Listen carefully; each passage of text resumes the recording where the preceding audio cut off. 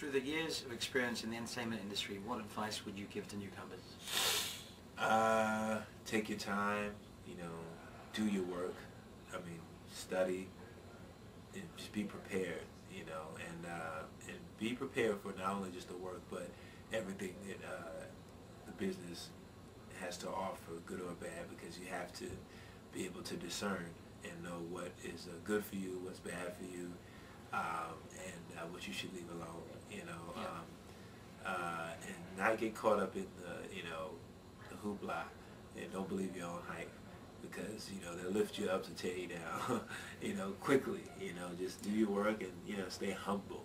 That would be my key piece of advice. Stay humble, very humble, very, very humble. That sounds like a good bit of advice. Yeah, yeah, yeah. A lot of people forget that. Yeah, they forget that. They forget that, and you know, even for me, you know, creating one-on-one, a lot of people don't know that. You know, it's a show that I created and pitched, and it was, you know, a great thing for me. You know, I was young, and I wanted to show a black father that took care of his responsibilities, because in the U.S. it gets so pigeonholed as deadbeat dads, and I was like, you know what, not all black fathers are like that, and I want to show us in a positive light.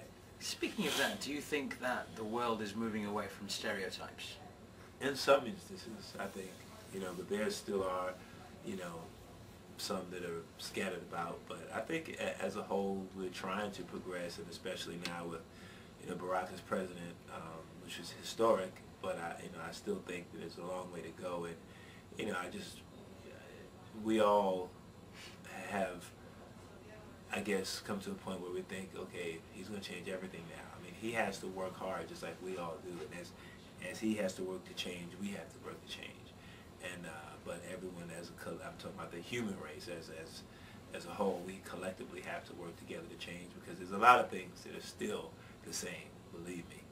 They're still the same. You played Michael Jackson in the VH1 TV movie. How did that role come about, and how do you go about researching a character like that? Well, they called me for that. At first I thought it was a joke. You know, I was like, okay, Ashton's trying to punk me. Really? Yeah, I thought I was being punked. I really did. They were like, you got to go in and meet these producers, you know, Michael Jackson. I was like, yeah, okay, yeah, I'll go, sure. And I went, and it was really, really the truth. And I don't know, some people were like, how could you do that, man? And I was like, you know, I want to challenge myself. And initially, we had the music, and we were going to be able to do all the stuff, and then that all changed. And then it kind of, you know, we couldn't have the rights to the music. It kind of changed, I think, a part of it that would have made it better. But for me, I just wanted to, and it sounds weird, be the best Michael I could be. And for me, I'm a fan, so it wasn't hard. You know, it wasn't hard. And I already, you know, did a little imitation of him in my comedy act, so it was easy for me to go to that place. But, you know, I got home, and it took me a little bit to get out of character. You know, I was Sure. sitting and eating, and my head down. My wife was like, honey, please stop. So, but it was fun, though. It was a lot of fun. So, we're in London right now, and as Yeah. you probably know, Michael Jackson is doing 50 dates here. Yeah. So if I'm going to ask any individual on the planet outside of Michael Jackson why he chose this city, why do you think Michael Jackson has chosen London? I think you guys here appreciate, despite everything he's gone through, I think you guys appreciate music, artistry here more than we do in the U.S. I really do. My wife and I have gone to Japan. She's performed, and just the response and how people are, you know, and in the States is, you know, it's like, what have you done lately? You know, and forget that people have history, and they do that with actors, with, you know, musicians, yeah. And I think that, you know, people leave a legacy musically, and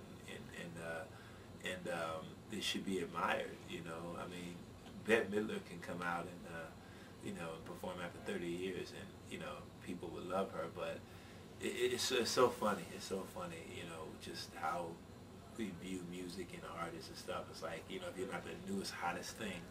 But I think it's a good thing for him to come out here. I think he should still come to the States, because I believe that he has people that love him regardless, and that will support him. Do you think you could do 50 dates in New York? 50 dates in New York? There's spots you could you could do the Garden, you could do the Paramount, you could do little clubs. You know, we don't have big venues that you could, you know, we don't have 50 big venues in New York, but he could do Westbury Music Fair. There's a lot of places he could do, you know, in New York. But you know, if he did a U.S. tour, I believe it would be sold out. And then throw the Jacksons on there, and then throw Janet. Come on, man, listen to me. Yeah, Michael, if you're listening, listen to Flex. So you were nominated 3 times for an NAACP Image Award, yeah, and twice for the BET Comedy Awards. Mm-hmm. How does that make you feel about your talent, and did it validate what you've been doing all these years? I think it, you know, definitely acknowledges what I've been doing, you know, and it's an honor, you know. It means people, you know, appreciate what I do. So, you know, winning or not, you know, that's all relative.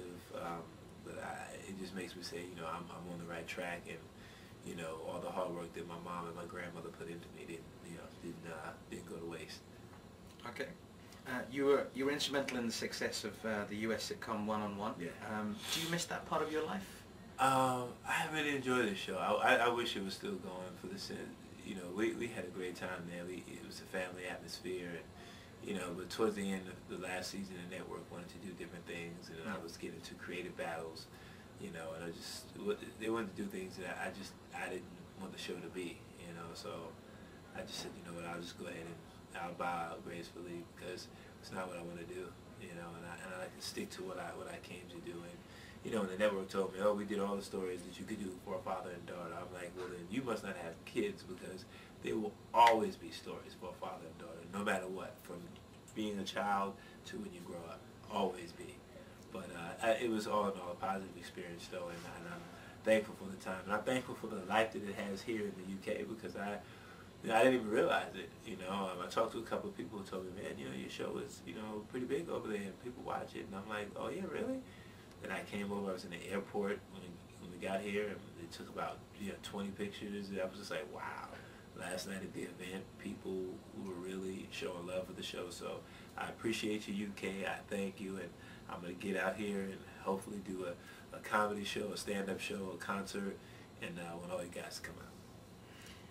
So what are you working on now? Right now, I've been writing. I've written 2 screenplays. I have a first look deal, and it's good till August. And if excuse me, and if this particular studio, who I can't mention, wants to do it, then I'll probably start a production and probably at the end of the year.